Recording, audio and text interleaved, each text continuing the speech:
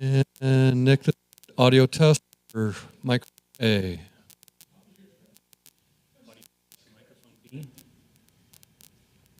How's B sound? Does B work? Yeah. I'll keep it on.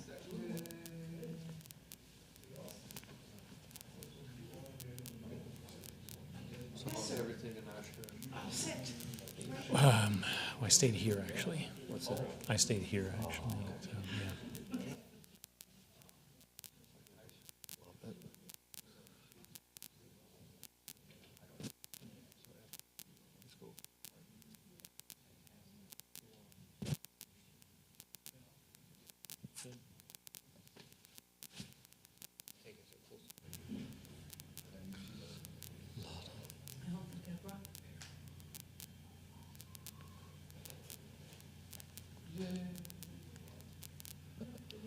Okay, how does it sound in the house? Can you hear this at all?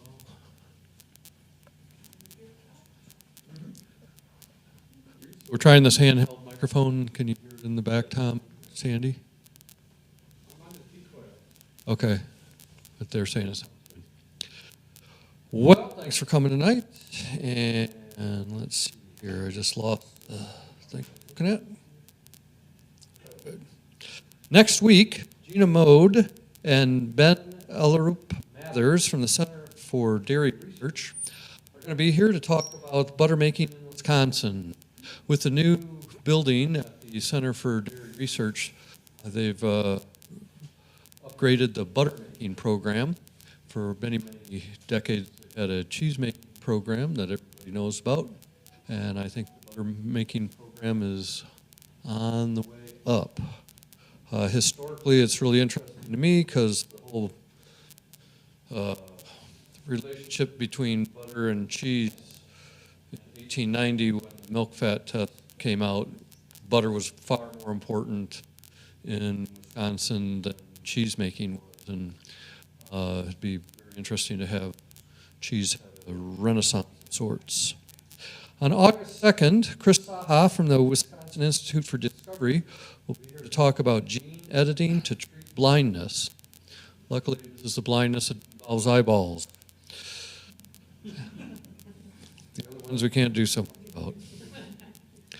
On August 9th, Amy Rosebrew from the Wisconsin Historical Society will be here to give the talk that she was originally scheduled to give back on the Friday of science expeditions in April.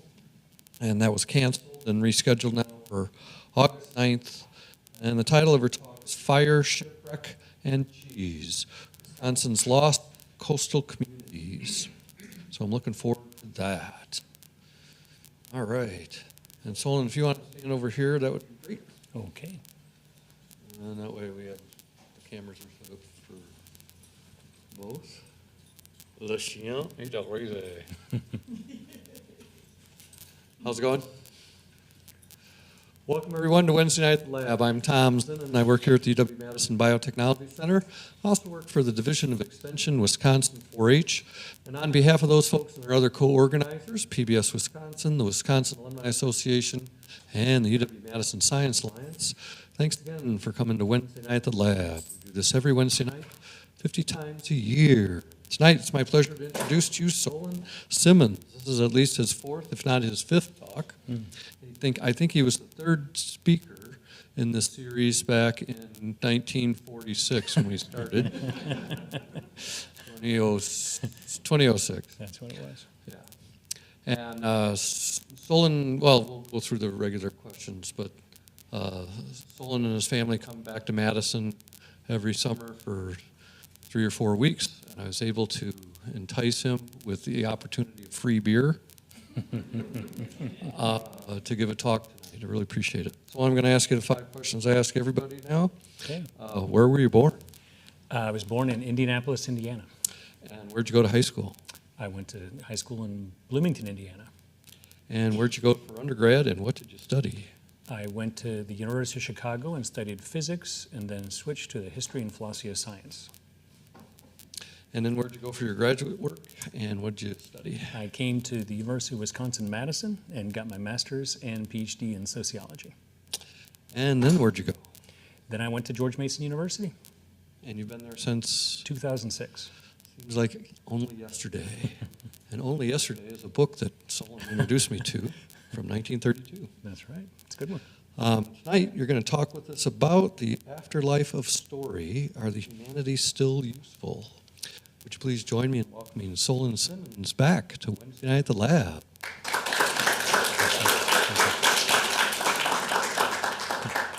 Well, it's a real pleasure to be here. I have to say it's one of the highlights of my year whenever I get to speak at Wednesday Night at the Lab, and I love this institution and think it ought to be in every university, frankly, because there's such talent in these in universities, and so much of it, what we know, is bottled up. So it's just wonderful to be able to share in this kind of way in actually, in a sense, more rigorous setting, because you have to be able to be clear to people who aren't a specialist.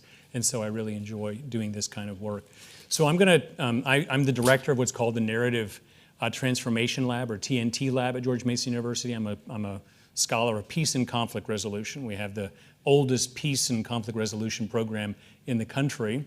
Sometimes we used to say the world, but in fact, in Sweden, they're ahead of us a bit. So, and also England has an old school as well. But the idea is to focus from a multidisciplinary perspective on the problem of conflict itself.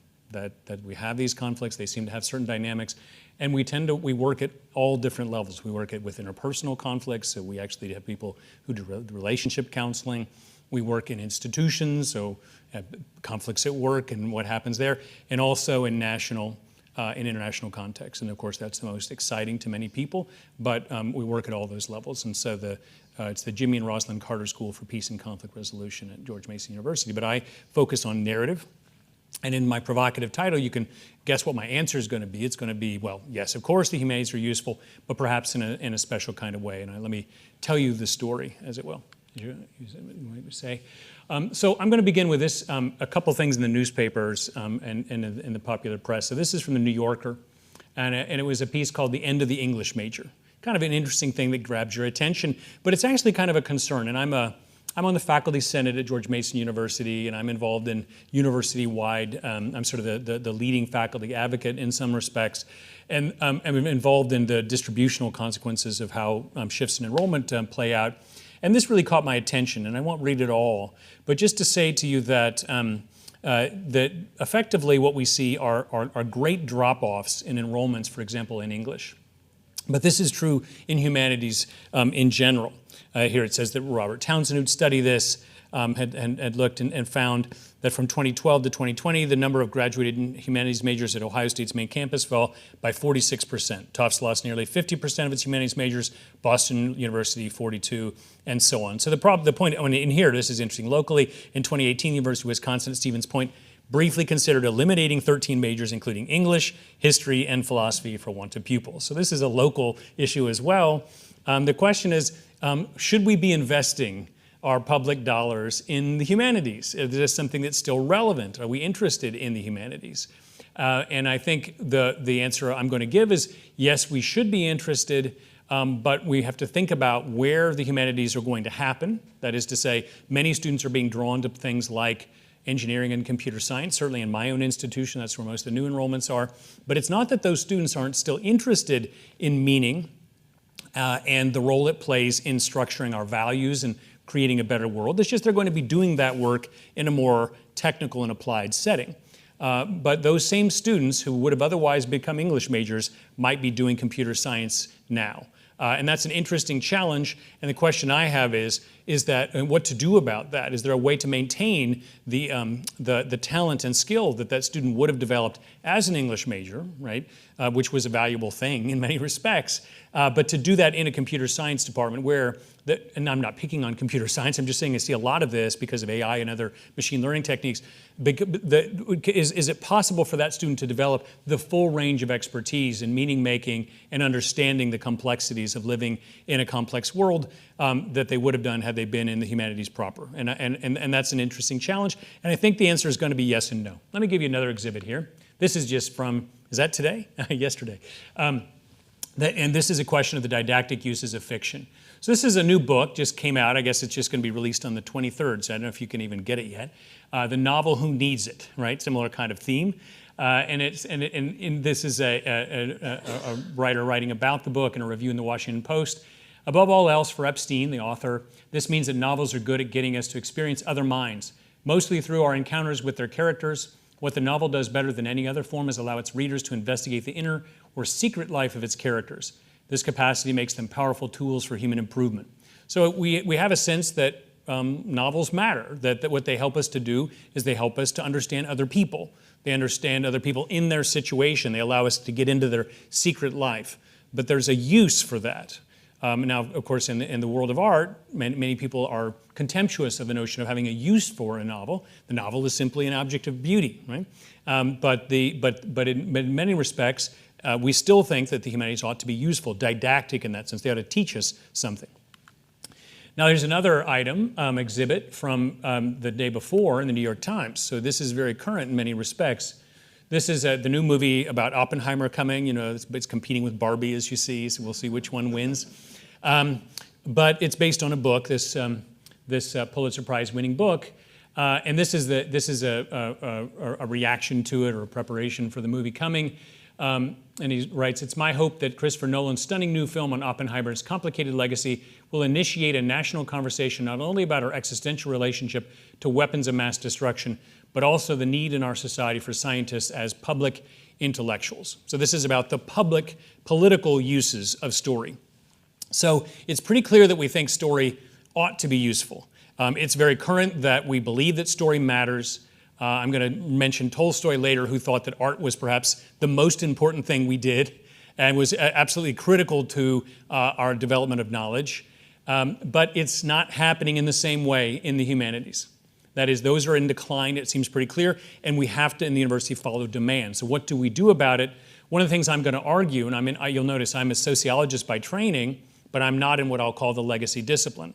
I'm in what's called peace and conflict resolution, which is about applying that knowledge in a particular domain, in the same way that you would be a sociologist in a business school, if you will, or you'd be a physicist in an engineering school.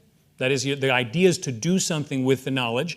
I think that students are probably irrevocably drawn to the pragmatic right now. And so if we're going to capture that talent and direct it and I would say preserve our capacity for meaning making and therefore for civic engagement, we're going to have to do it in other areas. And one of those areas, we will still have humanities departments, of course, but we'll also be doing it in other spaces. And that's what I'm going to try to suggest to you today.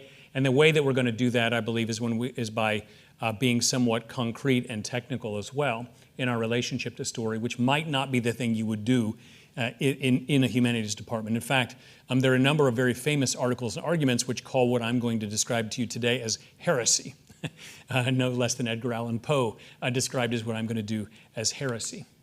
Here's Edgar Allan Poe, The Poetic Principle, a famous argument he gave, and I believe is 1850. And this is an interesting thing where he reflects on beauty. Let me go ahead and read it. It says, "Dividing the world of mind into its three most immediate obvious distinctions, we have the pure intellect, taste, and the moral sense. I place taste in the middle because it is just this position which, in the mind, it occupies. Just as the intellect concerns itself with truth, so taste informs us of the beautiful, while the moral sense is regardful of duty. To recapitulate, then, I would define in brief the poetry of words as the rhythmical creation of beauty. Its sole arbiter is taste. With the intellect or with the conscience, it has only collateral relations, unless incidentally it has no concern whatever, either with duty or with truth." And what the gist of this point was, this is the heresy of didacticism. That is, trying to use narrative to do something else. That was seen as, in his mind, heretical, that poetry ought to be done for the beauty of poetry. And of course, that's what a humanities program is about. I think students are less excited about that kind of non-didactic use. And frankly, English professors themselves are less interested in non-didactic poetry than they used to be. Beginning in the 1970s with various forms of political interests in the humanities, English itself became very concerned with the social and political origins and of influences of the humanities itself. So the English departments themselves have politicized, if you like, and yet they're still in a way boxed into a container of trying to do pure art. And I think that might be the tension that's making it difficult for the humanities to flourish in this era. Whereas there are those of us who are trying to say, we're interested in meaning making, we're interested in sense making and poetry and beauty, and its uses for example, peace, conflict resolution, and social justice. Those are things we're all interested in. And so how would you then cultivate an imagination that would directly feed into those kinds of opportunities for students? And students find that very exciting, that they might use their interest in narrative, for example, to do good. That's why our motto for the Narrative Transformation Lab is tell your story, change the world. The idea is that what we say, the way we tell stories matters, and we can capitalize on that. And it isn't heretical to say so, or if it is, it's not for those of us in the pragmatic disciplines, okay, or fields. So that's the basis of the talk that I'm going to give. I'm going to move into some technical areas because I know this is a science-interested audience, so I'm going to risk that a bit to get into some of the technical details and see how you track it. I'm going to try to keep coming back to things you can hold on to if we get a little bogged down in some of the models, okay? So just be aware that I'm going to be a little bit technical for a while. So I'm going to talk about narrative form and what I'm calling the science of purpose. That is, well, what would it mean if you were trying to understand having purposes in the world and doing something in the world? How would you have a science of that or know something about it, know something meaningful and systematic? And that's my challenge that I'm going to sit with tonight. I won't go through this. This is just a classical contrast. I mentioned that I was trained in history and philosophy of science at University of Chicago, and this is the kind of stuff we did all day long, which was compare. We would read Galileo in the original, contrast it with Aristotle, understand the scientific revolution and what made modern Europe different from all other places and so on. But the gist of it, and this is how I remember this, is that this is a paraphrase of Galileo, is that nature is a book. It's written in the language of mathematics. That's what Galileo was famous for, was turning our attention away from dialectic or argument in the realm of studying the physical world, which of course is critical for this building and everything that's being done here, and using mathematical reasoning and models, okay? But and it was important because that displaced Aristotle's understanding of how to understand free fall and projectile motion. So, but other aspects of Aristotle were still useful, and I think they still are. And this one I'll actually read because I find it interesting. He says, it's the mark of an educated person, let me say, to look for precision in each class of things just so far as the nature of the subject admits. It is evidently equally foolish to accept probable reasoning from a mathematician and to demand from a rhetorician scientific proofs.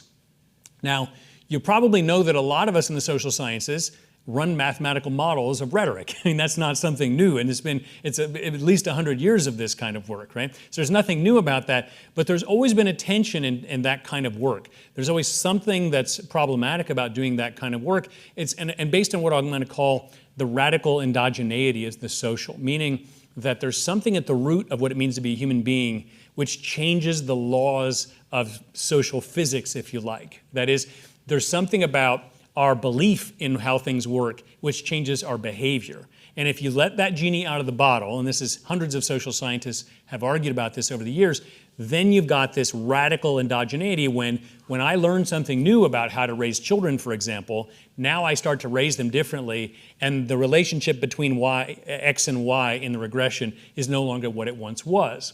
And you can take that in a radical direction. And I think that that's something we need to open ourselves to if we're going to understand the role of the humanities and their uses in social life from a scientific point of view. We have to be more Aristotelian than Galilean, if you like. So I'm just going to talk a little bit about why narrative. You might be thinking, so why narrative? What's so interesting about narrative and how it plays a role in social and political life? I'm going to just say, let's say you want to take some kind of action. Do anything you want to do. Raise a tax, I don't know, punish a certain kind of behavior, build a road, anything like that, anything you want to do, right? Or even, do I want to come to Wednesday night at the lab, right? You're taking an action, some kind of an action. Well, why do you do that action? Well, I'm going to say you do that action, in part you think about it. Use some kind of theory about if I do this, there'll be some kind of an outcome. You know, there'll be an output of a kind, but there'll be something that comes of it, and I'm doing it because I'm thinking about it, and it's a technical reason, and that's the world of theory, and that's perfectly sensible, that's the mind.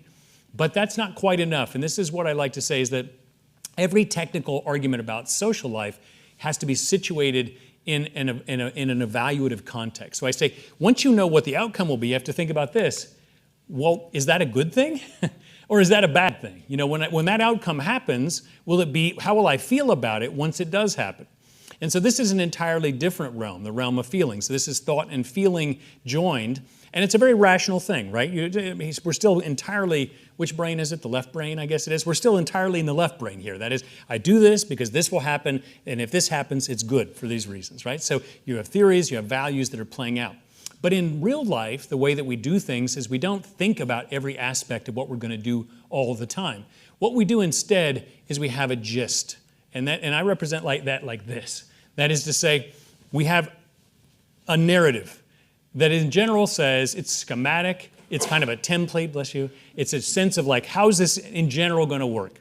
And that narrative, if we cut taxes, such and such will happen. If we allow for diversity, such and such will happen, or sort of had diversity programs, such and such will happen. These are the kinds of stories that we tell, and we don't work through all the technical details, and we certainly don't work through all the ethical details every single time we make a decision. We rely upon a general story, a schematic narrative template, you might say, and it's reinforced by various kinds of signifiers and symbols. That's why I have symbol and narrative coming together all at once. These are the various things that all I need to say is something like, I don't know, whatever word might trigger you, and immediately a narrative comes to mind. And then you can reconstruct the rational pieces, if you like, the instrumental piece and the ethical evaluative piece, but that's not what we actually do most of the time. What we do most of the time is we go on autopilot and we tell a general story about why it's good to come and learn, right? There's a story about why one should come, for example, to Narrative Wednesday night at the lab. It's a generally good thing to do, but you don't necessarily think through it, all the details in the way you might have done the first time, right? So this is why I call this the emotional core of a rational argument, just kind of to just play with a bit of a paradox. But the idea is that the way we think about things is actually coded in the brain with emotional triggers. And we understand that the Cartesian distinction between thinking and feeling is not what we once thought it was. And the one way, and what that implies, and this is not my area of expertise, I'm not a neuroscientist, but that implies that the study of narrative is an important thing to study, and that's why we study narrative. That's how most important decisions are made. So that's an argument I'm making. You either believe me or not, but that's why I do what I do. So this is who I am. So these are 3 books that I think sort of tell a trajectory of where I've gone. I think maybe I presented on all this work here in the Wednesday night at the lab. I can't remember. I certainly presented on the Meet the Press book here maybe 10 years ago. And so I put this up here, not to brag in some anyway, but to say what I'm presenting to you is not an analysis of data in the traditional sense that I'm going to model and decide if my hypothesis is correct or not. But instead, I've been looking at narratives in social and political life in systematic ways for decades, both in the public sphere and Meet the Press, in the history of political philosophy, which what that root narrative theory book is about, and now in fictional works, and with an interest in the non-fictional implications of those fictional modes. And that's this latest book. This is not yet the official cover, but what I'd like it to be from the Do the Right Thing, which is this decision between working in a more peaceful and collaborative mode or working in a more confrontational mode and focusing on justice and vindication. So this is a tension that I'm going to be talking about tonight. But the idea is that so there's not original data in a sense that I'm studying. That what I'm going to be working with tonight are famous films and novels that all of you can go and get tonight or tomorrow, and those are what I'm going to call the data. But they're more illustrative than they are exploratory or confirmatory, if you like.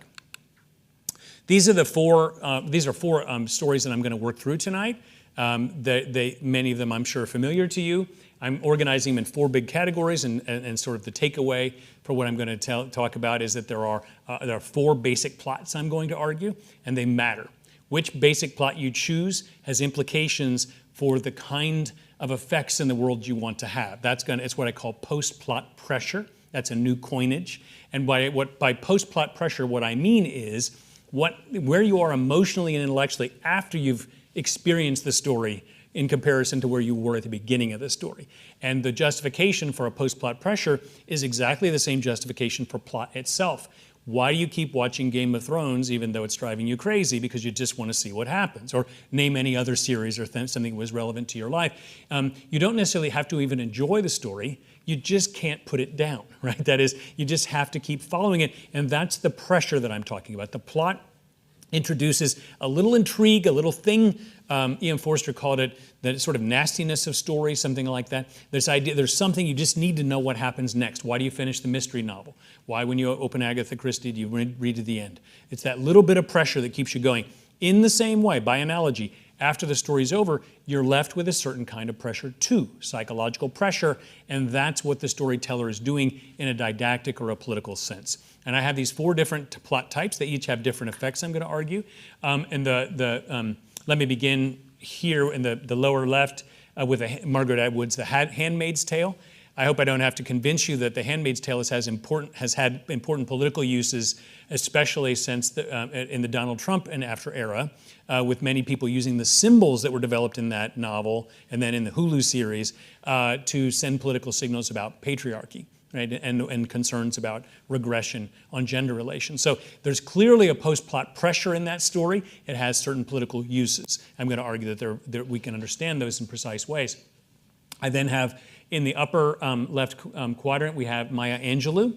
I Know Why the Caged Bird Sings, and this is a little bit of a cheat because it's an autobiography, but it's written if you haven't read the book, very much using the tools of fiction to tell her own story in a profound way. So it has a different effect than the post-plot pressure of the Handmaid's Tale. It's what I'm going to call a romantic struggle story as opposed to a satirical struggle story. And maybe I'll make an argument about why I'm calling it a satirical struggle, but labels matter less. And the experience one has after reading this is more of a celebration of victory over dark forces, rather than in the Handmaid's Tale, it's a sense that the bad guys won. And that's a different kind of feeling that one is left with, okay? So then I'm going to move to Apocalypse Now, the famous 1979 movie, and talk about this as an example of a tragic basic plot, okay? Where you have moral complexity between the characters, no clear good guys and bad guys. The villain is not obvious. It's not even clear who the hero is. We know who the protagonist is, though, and we know what the problem that protagonist is facing, their plight, I'm going to call it.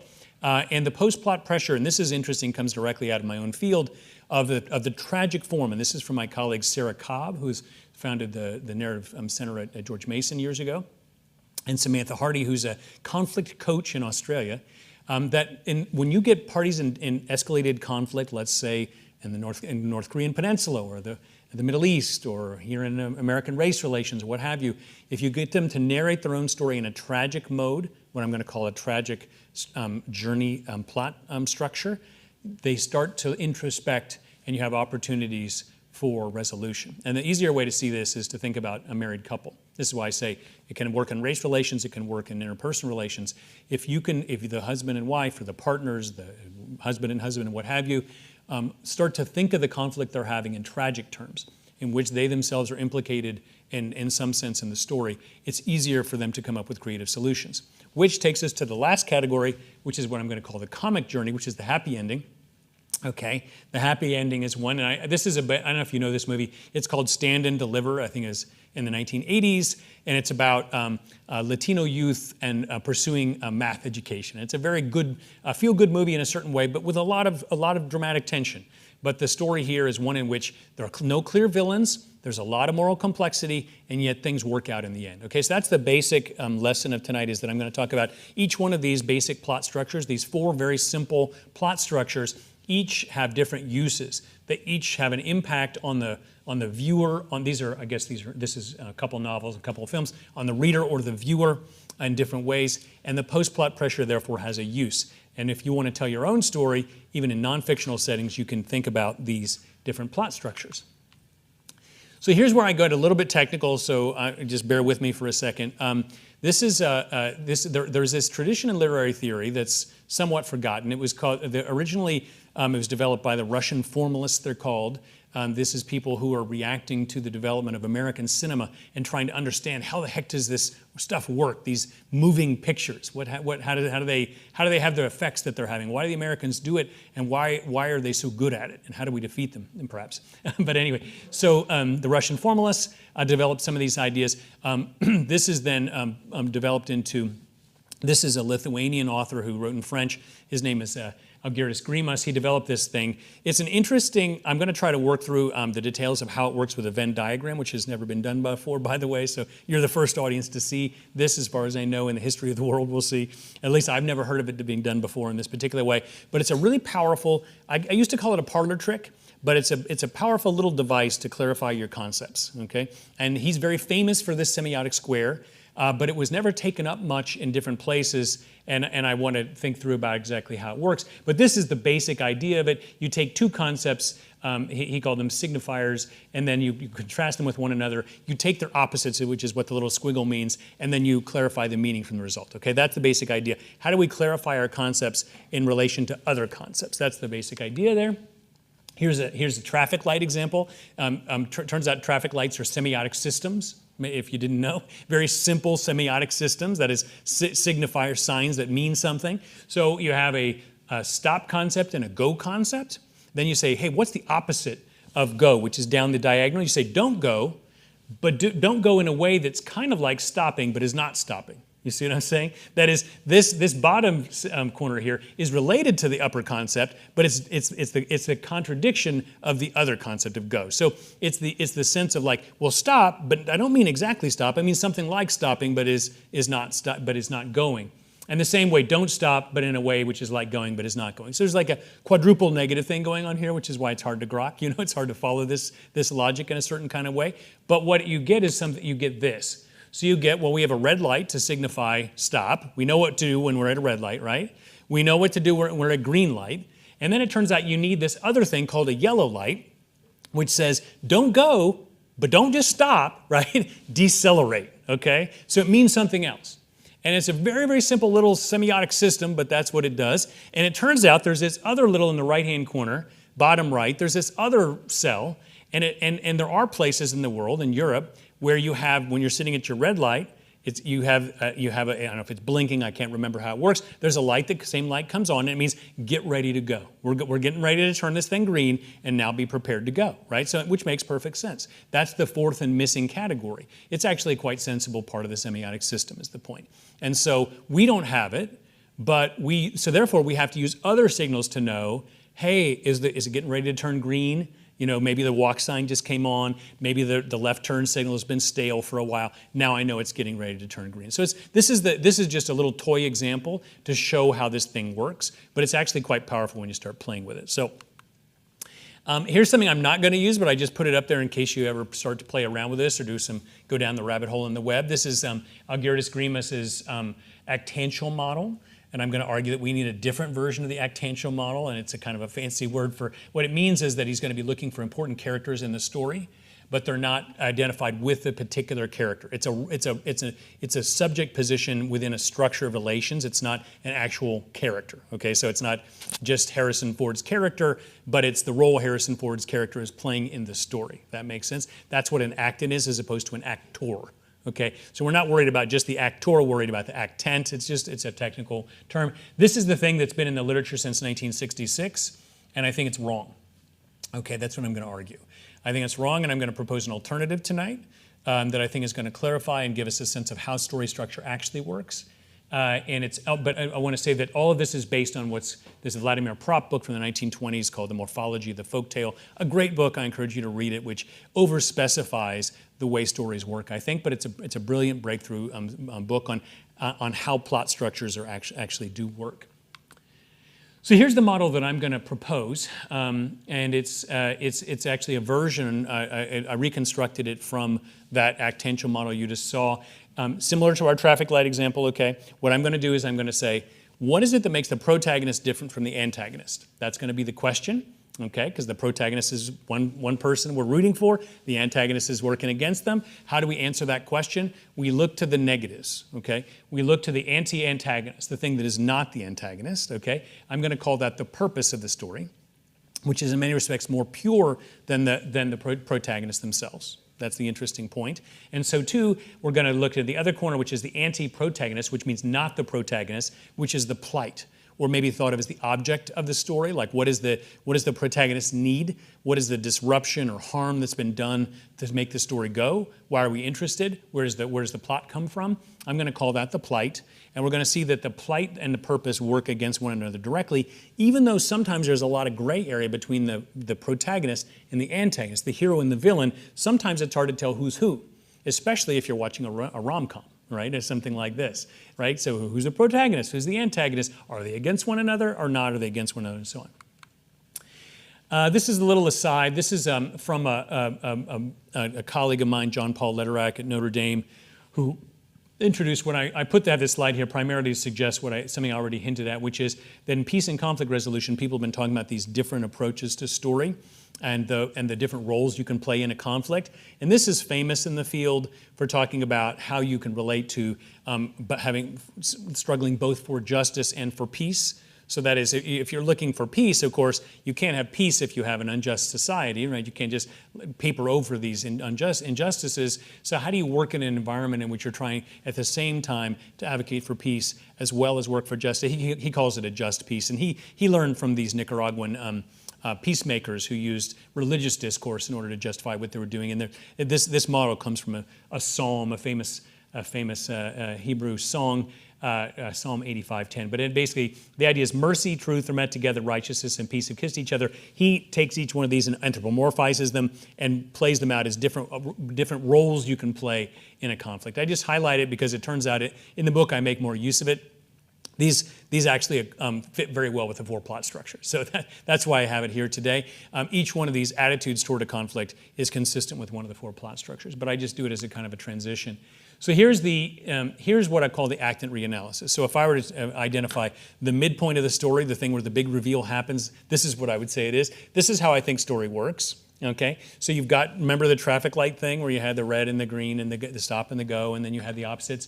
So in this case, what I'm going to argue is that every story has an inner journey aspect to it. That is where the protagonist grows through the history of the story, through the course of the story. They grow into something else. They solve some kind of a problem. And there's an outer struggle aspect. That's why I've got things written on the inside of the square and things on the outside of the square. It's got that same logic that you've got. On the one side, you got the protagonist, and is either I should have put it there, either a victim or a seeker. I'm going to argue that these are the two: victim hero, seeker hero. So the victim and the hero are the same person effectively in this model. That is, you are the sufferer as well as the one who relieves the suffering. From an actant point of view, the actor, of course, might be two different actors, right? That is, something happened to somebody, and then somebody else took care of the problem. On the other side, you've got the antagonist, which can either be thought of as an adversary, someone to defeat, or a disruption, something that just happened, something terrible that just happened, all right? And that's going to be a different kind of an attitude. What you're left with in the bottom then is either a problem to be solved, which is what an inner journey story is going to be about, or an injustice to be rectified. And those are very different, you can see, so, and this is going to matter for how we engage socially and politically. Are we solving a problem together? Am I trying to resolve an injustice which you have done to me? Right? That's going to be the challenge. And then in the people who are on our side, or in the bottom left corner here, they're either partners, people who are helping us along and solving our problem, sometimes against our own wishes and so on, or they're allies who are going to help us defeat the enemy. Right? So each one of these is what I'm going to call the various actants. If you go back to that actantial model that I put up and said it was wrong, this is what I call the actantial reanalysis, the actant reanalysis. This is the actant model that I think is right. I think it's more consistent with the way Grimus used that Grimus square. For whatever reason, he didn't develop the Grimus square until 1968 with a colleague, and I think just didn't apply it systematically to that old model from 66. I think it just kind of stayed in the literature, and people have not reconstructed it in a systematic way, in part because more formal analysis of narrative became less attractive with a postmodern turn. Okay, that's maybe the simple way to put it. As people became interested in or suspicious of the capacity to understand narrative in a systematic way, fewer and fewer people paid attention. But in any case, I think that this is a better way to represent stories from a formal representation.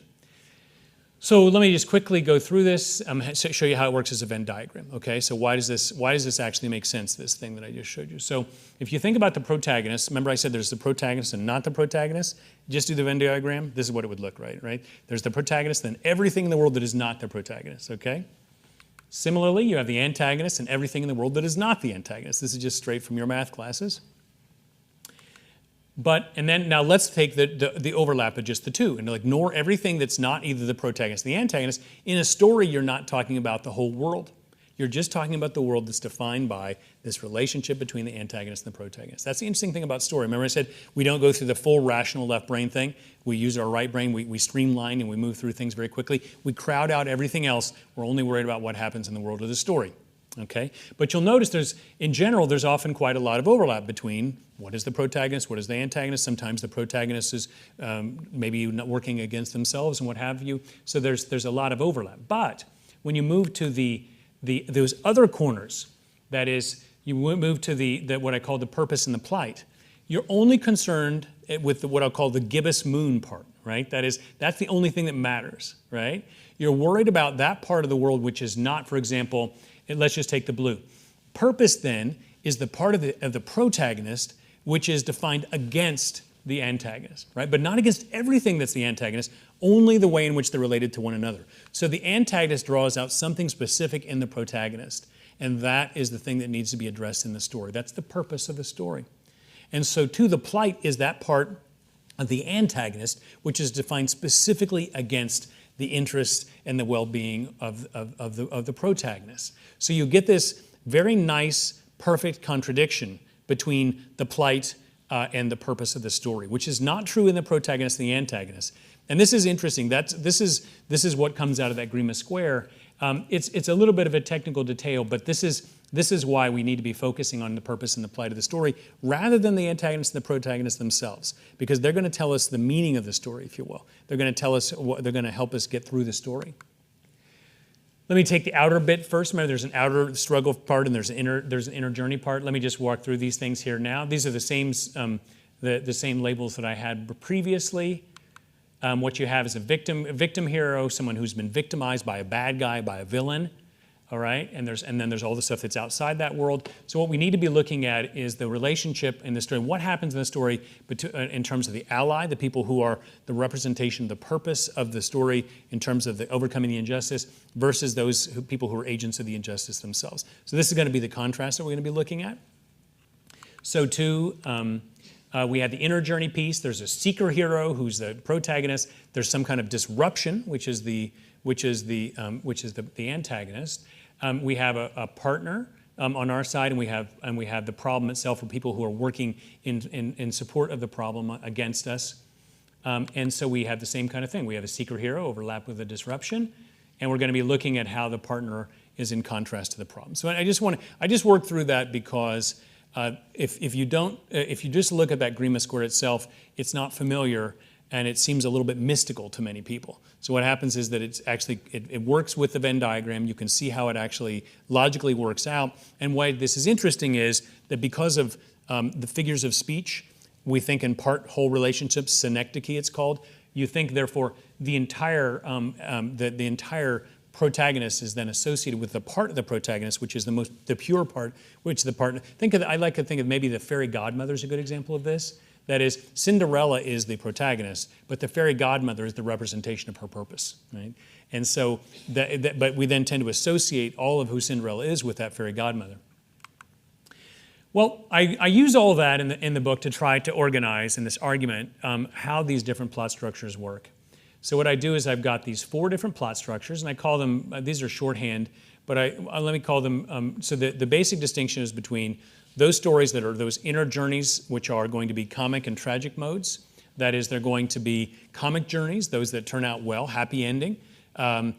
People who are opposed to one another, hilarity ensues and they work it out, right, in some kind of sense. Doesn't have to be funny. Dante's comedy was not funny, okay? This is the original comic journey, but it's a journey in which there is the pilgrim who is himself a sinner, descends into hell, moves through purgatory, finally finds himself in paradise, right? So there's a flawed protagonist, and the protagonist goes through a lot of, hilarity ensues, if you will, difficulties ensue, obstacles are in the place, and comes out with a happy ending. There are tragic forms too, and as I said, the tragic form is really critical for conflict resolution, because if you can get people in the tragic mode, research suggests you can get them open to change. You can get them thinking about what they might do differently, and they stop worrying about blaming the other and become less melodramatic and more interested in their own failings. And that's an important part of conflict, the pivot in conflict resolution. And on the other side, we have very powerful stories for those situations when you really are facing a villain, okay? And I want to say that many peace scholars are not interested in this kind of mode because they're uncomfortable with the idea of there being real villains in the world. In fact, Samantha Hardy wrote to me and said, I'm not sure there really are villains. I said, well, maybe there aren't, but in a world in which you're confronting people who have to be defeated for you to achieve your objectives, many times you're going to want to narrate in this way. And you'll notice that I've got both The Handmaid's Tale and I Know Where the Caged Bird Sings in these categories, because in gender and race relations, often it's understood that you're going to have to move through some kind of power structure before you can move into some sort of more peaceful relationship. So these are the 4 forms. I've got 8 that I do in the book, but I'm just going to briefly talk about these 4. We've seen the picture here. This is what I call a satirical struggle. Has anyone read The Handmaid's Tale or seen it?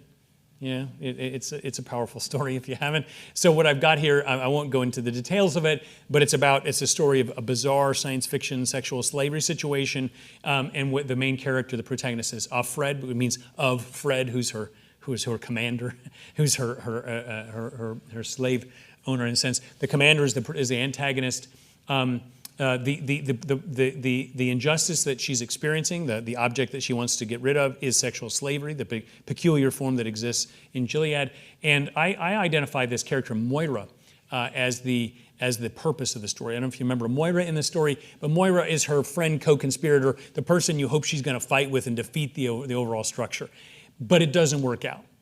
Moira actually is, in a sense, accepts her servitude, takes on the role of a kind of a privileged prostitute within it, and we're left crushed by the end of the story. So it's a very difficult story, and so, in fact, so difficult that it couldn't be left that way. The Hulu series pivots a more romantic direction where the bad guys are defeated. But in this mode, it's very powerful because we're left with what I call the post-plot pressure of resentment that we are victimized, and we remain in that victim state, and you don't want to stay. And every political attack ad tends to have this form, by the way. Look at what they did. They did this thing, and now Wisconsin is in this situation, right? That's the satirical struggle form. The bad guys won. We need to do something. That's the post-plot pressure. I'm not going to work through this. We don't have time tonight. What I do in the book is I argue that you've got this flow chart that you can work through these different conditions, and you can ask yourself questions about, first, the antagonist, the bad guy. Did they intend to cause the problem? Could they ever be convinced to change? Do we even care about them in the end? And did it turn out happy or sad? So the flowchart, that's all it does. It just works through who are the protagonists and antagonists? Did they mean to cause the problem? Could they ever change? Do we care about them? And then based on that, you figure out which one of these 4 plots you're in. It can be complicated. That's why I've got the flowchart, because any given story you pick up, you say, okay, Lord of the Rings, how does it work? Who's the protagonist? Who's the villain, and so on. So you work through this and you figure out which of these 4 you're in. You can also do it for the protagonist. You can ask questions like, is the protagonist innocent of blame? So this is why in rape trials, usually the defense tries to attack the character of the victim of the sexual crime, because if you can undermine that intention condition, you can do work in the story. Corrigibility is the same, and incorporation is what I call it. These are just features that you can work through in any story. And then what it does is it sets up a contrast between each of these 5 plot conditions and things you can ask yourself about the story to decide which one of these things you're in, because it really does matter. But I won't go through it because it's more technical, but I just wanted to highlight that these are things you can do. And then quickly here, so why is it that we have a tragic story here? If you know Apocalypse Now, Captain Willard wakes up, he's listening to The Doors, or The Doors is playing, right? And he's punching mirrors, he's having a terrible drug-induced situation. He's in a tragic situation. The problem he's facing is colonial absurdity, I'm going to argue. It's about being in Vietnam and fighting a war that makes no sense. And what happens is he's going to go kill this guy, Colonel Kurtz, but is Kurtz really a villain, or is he actually kind of an inspiration? Not clear. The patrol boat crew he's with are those people who are his partners, but they end up, most of them, dead or depraved. It's a tragic outcome. The story doesn't end well, and it encourages reflection on the Vietnam War and on American power, perhaps even American empire in the world at the time. So it's an interesting form. It leaves us in a complex state, but I argue it's a tragic story. I argued already about this a bit, but Maya Angelou is the hero of her own story. She confronts Jim Crow segregation. She's confronting, all the white characters are sort of flat and two-dimensional. They're not rich characters you really want to learn about. They're sort of they're effectively villains, if you will, but minor. They're like minion villains, almost people you could disregard for the white power structure itself. And then she finds this inspiration in this woman, Miss Bertha Flowers, who helps her to speak again because she was not able to speak after an incident of sexual violence. But it's a romantic story. And after a romantic story, you feel like going out and conquering the world. This is the kind of story you tell when your side needs to feel empowered after a long struggle. Sometimes you need some morale, and you need to feel like you can keep the fight going. And Maya Angelou has been critical in that struggle and that playing that role for many years. And here's Stand and Deliver. This is a story about Latino youth in LA who people believe can't learn, can't do math well. Jaime Escalante is the protagonist. He's confronting other teachers with low expectations. He's arguing that for what the problem he's facing, it's really a problem. It's not really enemies in this story. It's a problem of cultural dignity. As a person who's, I think he's Bolivian, he's interested in moving forward and showing that Latinos are just as smart as anybody else is. And the problem he faces is that his partners are the students themselves, and it's a happy ending. They all pass the test. It's kind of better than you can imagine. It's actually worth a watch if you haven't watched it. It leaves you with a very good feeling and hope. That hope that we can all make this together and all of us can learn. It's just about giving everybody an opportunity, right? So the comic there's really no villains in the story. So in conclusion, so what are the uses of fictional form in non-fictional settings? The reason all this matters is because remember that story I told you about the narrative, like they take an action for an outcome and because you're going to feel a certain way, is that when you do your science, you do your social science, you do your sociology, you do your history. You're a journalist. You're writing a story about something happening in the news. You're a political speaker and you're trying to write a speech. You're telling a story. And therefore, you're going to use one of these basic plot structures. And you probably already know intuitively what it's going to do, but you're worried about that. And what I'm trying to do is I'm trying to make it clear what it is that various actors are doing, whether it's intuitive or not, and to help them if they want to change. That is to say, to be more intentional about what they're trying to do. What effect do you want to have, and therefore why are you choosing to do what you do? This is where Tolstoy, remember I mentioned Tolstoy before. This is an interesting, from his book. It's a very interesting polemic. If you haven't read What is Art, it's it's like curmudgeonly type book attacking people like the Impressionist painters and Baudelaire and everyone that we all kind of respect. But he's writing in a certain way to say that what that is, these are gimmicks, these are counterfeits. This isn't really what art should be for, and this is what he says it should be for. Just as in the evolution of knowledge, that is in the forcing out and supplanting of mistaken and unnecessary knowledge by truer and more necessary knowledge, so the evolution of feelings takes place by means of art, replacing lower feelings, less kind, less needed for the good of humanity, by kinder feelings, more needed for that good. This is the purpose of art, and therefore art is better in its content insofar as it fulfills this purpose better, and is worse insofar as it fulfills it less. And so the point is that there are certain uses of the humanities, to go back to my original question, that we can work for peace, we can work for justice, and we can do it in a systematic way by knowing how the stories work. It's not to say that there isn't some real thing happening in the world. We just never really know. We're always telling a certain kind of story, and often we're letting the story tell us rather than the other way around. We're caught up in the story. We're not as intentional as we could otherwise be. By laying out these four plot structures, I'm trying to help that out a little bit. Remind you of this, is that what happens is that when you that your choice of plot structure is something that every author faces, and every author of a news article and every author of a social sociology journal article too. You always face this challenge. What's my story? That's how you know you're ready to publish. What happens is that the relationship of the symbols or the critical signifiers in the story and the narrative itself, they're involved in a kind of a complex symbiosis. They evolve together throughout the story, and the symbols themselves are implanted with that post-plot pressure. Just think of the Handmaid's Tale and the red robe and the white hats. All you need to do is see a group of women walking around like that, and you know what that means, right? That means a particular thing. It's a certain kind of protest. That's that symbol that emerges in the relationship, and the plot structure imbues it with that power. So I'll just leave us here with the four basic plots, this idea of post-plot pressure. So how do you know what is the difference here? One is that a problem must be solved, and these are either going to be tragic or comic modes, depending on whether they're happy endings or not, whether the desire of the protagonist is fulfilled or not. And then the other condition is that power must be overcome. What I call a satirical struggle, And the post-plot pressure here is the dangerous enemy is not defeated and we plan our attack, we get ready to go out and fight, or the romantic struggles that we consolidate our victory. These four modes, I think, are fundamental. They're something we all confront whenever we tell a story, and they have effects that we know about, we just haven't been systematic about to this point. And I'll end there. Thank you.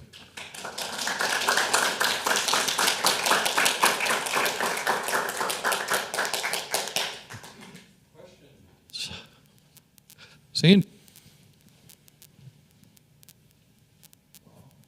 So my question is a methodology for determining how people are listening. And to Vince Lombardi's definition of attention span and to Vonnegut's paradigm of how to tell a good story. So are people listening, especially in news media today? Yeah, Kurt Vonnegut's an interesting, let me just begin there. Kurt Vonnegut supposedly wrote, I think it was a master's thesis, where he'd argued for a kind of a scientific analysis of the shape of the story like this, and it was not accepted. I think it was anthropology as he was trying to write it for at the time. I think that part of the issue of knowing how to tell a story and knowing what the basic plots are and being more intentional about it is to try to break through that din. One of the biggest challenges I think we face now is there's so much noise. And we're so locked into our own story. So if you think about what tends to happen, if you go back just to this picture that I have, let me go back a little bit.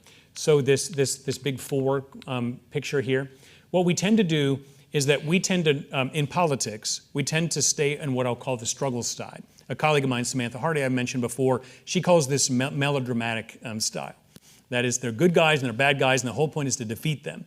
And so we're so locked into our own stories of heroes and villains that whenever this is how I describe it, you see a new dot, but you already connect the dots according to the way you know how to do it. So the dots are real, the connections are our own fabrications. So a new dot enters the picture, and let's just imagine, you've got two dots that make a line, and you got a dot way over here. Well, that's no longer a line. You're like, well, it's basically a line with scatter, That's what we tend to do.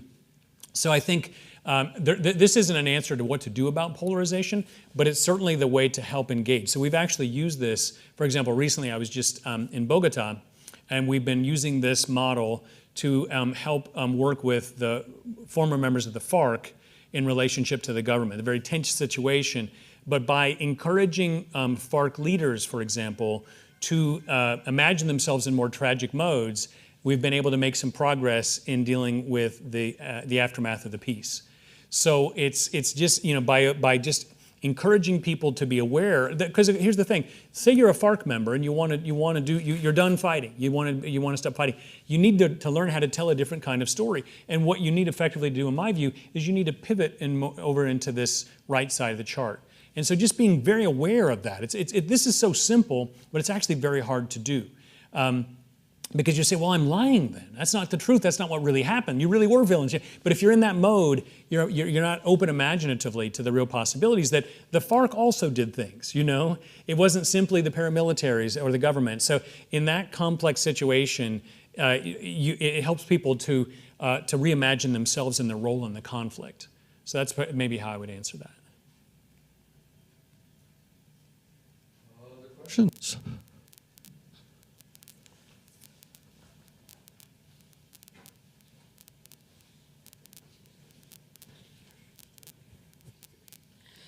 I'm not sure I can make this really clear, but what do you do with people who don't care what they've done to the protagonist, or they just want their side of the thing done, and they don't care about the rest of it, they don't care about conflict resolution? Can you still use some of these techniques with them? Yeah, that's the answer I would give to my colleagues who are peace and conflict scholars when they say, well, but nobody's a villain, everything's gray, everything's complex, and what have you. If your definition of the situation is that there's no way to work with these people for now maybe down the road we can get somewhere, but right now, the only thing that can be done is that person needs to be removed from office, and then we can deal with the problem, Well, then you need to recognize that telling a peace story, or what I'm going to call a journey story, might not be the most effective thing to do. In fact, it'd be better to pivot over to a struggle story and to tweak your story in such a way that it actually escalates the conflict as opposed to de-escalates it for a time. So I think that it all depends on your definition of the situation, And so I don't think there's any objective way to say what really is going on. What really is the pattern connecting the dots? And we can agree on what the dots are.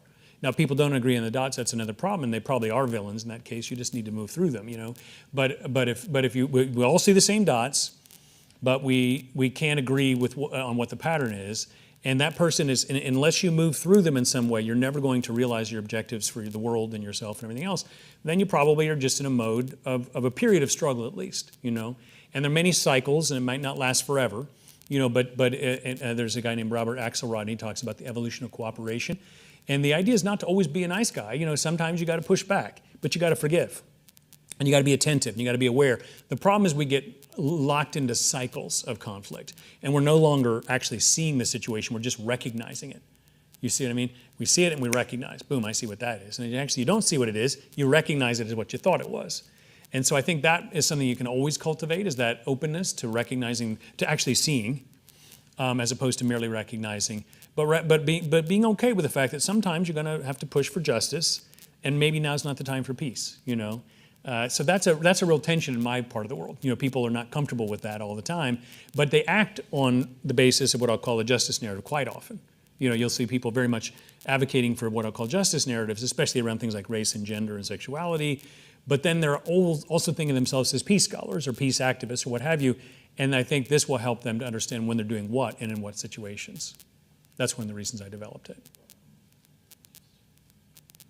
You mentioned Colombian arc, and that's political. In the area of global warming or climate change, whatever you'd like, Yeah. how does what you're developing here Yeah.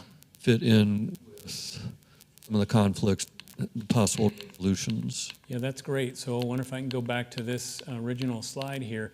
So this thing, remember I said this was sort of the payoff slide in a way. This is the midpoint of the journey where we see this is how I think the story structure works. There's always a journey aspect. There's always a struggle aspect to every story. It's about which one is dominant in the story. In my view, the climate example is perfect because, well, first of all, is there a dot, right? And then there's the question of connecting the dots. So first of all, you got to get people to accept, which I think increasingly they will. With the heat being what it is, the storms being what they are. In 10 years, I don't think we'll be debating this the same way we do now. So we'll recognize that something happened. The question is, do we tell an inner journey story? Do we tell a collaborative journey story about this thing, this disruption, this problem that happened that we need to solve together? Or do we tell a story of injustice? They did this, they did that, until the United States and the West pays for all that they've done. We're not doing anything in Sri Lanka. You know what I mean? Forget about it. So that's an injustice. It's maybe true, okay, that it has the virtue of also being true that Sri Lanka didn't necessarily burn all the carbon themselves, but nevertheless, we face the problem together. And so I think that aspect of which of these kind of story structures do you want to emphasize in your communication strategy, but more importantly, in the way you imagine the problem, So I say that narrative is not only about communication, it's about imagination. So how do I think about the problem? Am I blaming the capitalists, the businesses, the fossil fuels, the West, or whatever? I mean, there's a way to tell that story convincingly. But practically, in terms of the post-plot pressure of getting us to actually do something about it, which one of those is going to be most effective is an open question. And I think it's very situational. But I think that's the climate example is a perfect one where you can tell it either way, and it works. But it depends on what your strategy is. That makes sense. Yeah. Got one over here.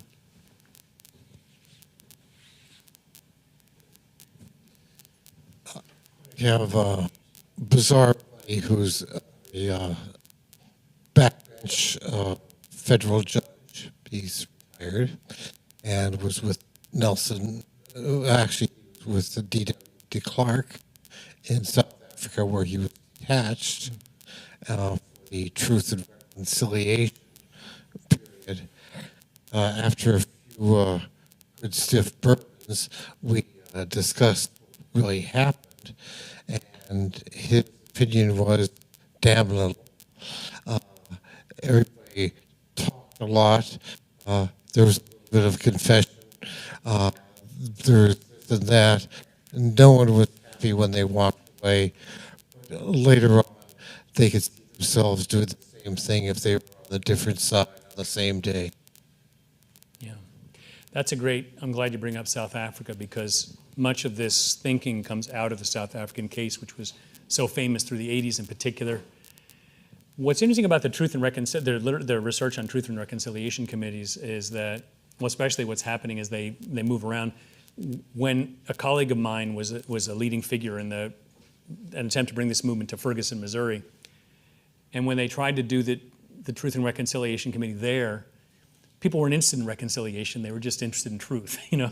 And if you remember those 4 different roles you can play, the truth side of it is emphasizing the struggle, the outer struggle aspect, which is this is about power.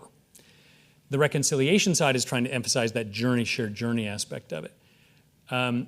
I think that you can argue that whether it was BS or not, what people were doing in the situation, that there's something inherently less satisfying about the journey story when it's applied to politics than the struggle story. But it also has that virtue of cooling things off and allowing for a period of reflection.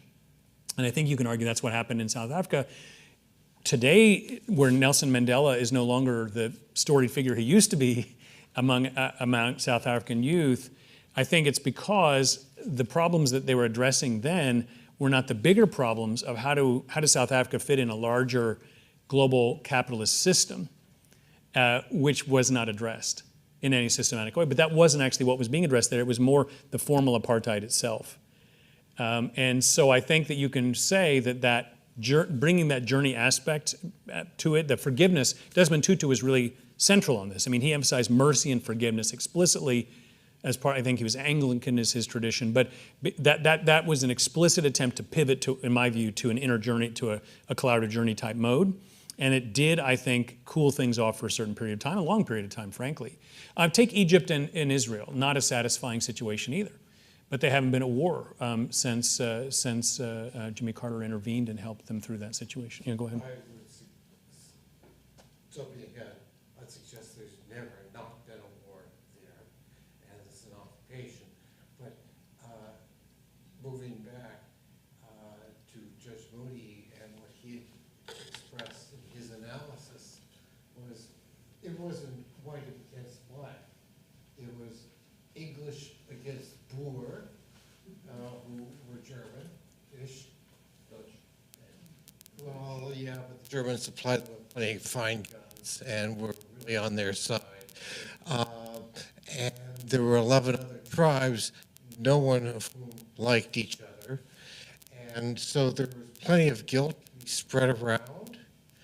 And there was a realization that, well, hell, it's just human nature, and this is the best we're going to get, and ain't it great? And there's sort of freedom of backing off.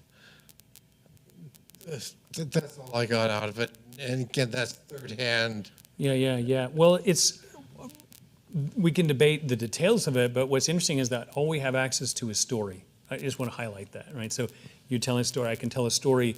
The question is, how do we establish what the dots are? And then how do we establish the connections among those dots? And what I'm going to argue is that we're going to do it with one of these basic platforms, and they're going to have an impact on how we evaluate it. If we say what it really was a struggle for power, and that's just the way it is, we're in the world of adversarial struggle, and that's what it is. I mean, there's nothing wrong with that. I'm not arguing there's anything wrong with that, what I'm going to call justice formulation, right? But if you're interested in peace, it's going to require introspection, an acceptance of guilt, and a role in the conflict, in the war, as you'd like, and a sense of moving forward. So that what I was going to say about the Egypt and Israel case is that what was so interesting about what Jimmy Carter did with Begin was showed him a picture of his grandchildren. I think this is really important to say, do you want your grandchildren to be living in the same conditions that you're living in? Right? Which is to say, yeah, they're bad guys, those are villains and what have you, but the children right now are innocent, especially the unborn children. Do you want them consigned to the same fate? And then that gets you into a different mode, and that was what seemed to be the tipping point to keep Begin from leaving and to get to sign the accord. So that's just an interesting way in which Jimmy Carter pivoted in plot structure, I would argue, got people to think about things in a different way. And what that worked on is what I call the incorporation condition. That is, are you going to allow Palestinian children to be successful in your society? The answer was yes, we're going to allow them to be successful. right? We care about those innocent Palestinian kids. But that was a kind of a pivot in an intervention that Jimmy Carter made. Very artful, by the way, I would say too. And it changed the story. And it actually produced a deal. And the deal still holds. You know, imperfect as it is, warfare between Egypt and Israel might well be worse. I just want to say I'm so glad I came to this talk. It has given me such food for thought. And as my own organization is undergoing change in leadership, I think thoughtfully about my role as an ally in trying to make the transition as smooth as possible. And I listened to your previous talk a while ago where you talked about the Nobel Peace Prize. Oh, yeah, right. All the different levels of leadership that can be entailed in that. And okay, so long story short, my question is, what is your vision of peace? What does peace look like? Yeah. So here's what thank you. I didn't actually get to that, and I realized it, and I didn't know how to incorporate it, so thank you for that. So here's the thing. Peace is not, according to my approach, peace is not a state of affairs, nor is justice. It's a plot structure. What I mean, peace is a way of life. It's a way of approaching the dots and connecting them in a certain way, which emphasizes the inner journey aspect. That's what it is. Peace is a way of approaching the world. It's a mode of narration. And it's a mode of narration that emphasizes the journey aspects as against the struggle aspects. What is justice? It's the other side of that. And I'm not trying to privilege one or the other. And that's why I say, depends on your definition of the situation. If you're fighting villains, if it's all power and that's just the way it works, if all this journey stuff is ridiculous. I mean, I don't know how you explain the European Union, which seems to be doing pretty well, or frankly, the United States federal system, which held together pretty well too. There are many examples where unities were produced. And so I think coexistence is possible. Whether it is in this particular moment, place, and time or not, it's hard to say. And have we rectified the wrongs of the past or not? It's hard to say, and that's up to you. But I just want to empower people to know what kind of story they're telling and to realizing that they are telling a story. They're not telling the truth. You see what I'm saying? That is, they think it's the truth, but in fact it's a story. It may be a better story than all the others. Nevertheless, it's a story, and you're doing it probably because of the post-plot pressure that it induces, as much as for any other reason, even though you know it's in fact the way things are. And I just want to introduce a little bit of doubt there, in particular since we know that tragic mode of narration is so helpful for getting people to overcome their differences or at least try to do something together. And just, again, think about a divorcing couple as the metaphor, right? That is, yeah, you know, he did this, she did this, he did this, he did this, what have you. But nevertheless, if you work together, it's going to be better for everybody, you know, in the end. And at some point, you're going to have an agreement and move on. And that's true for racial and sexual, social groups, for identity categories. It's true for nations. It's true for different parts of a business, you know. So this applies at all levels. Thank you. Yeah. Any other questions? Will there be here at the library? What question is that? What question is that? Yes, there is. Look forward to seeing you next week. Let's give a big round of applause. Thank you. Thanks very much. All right. Yeah, right. That was fun.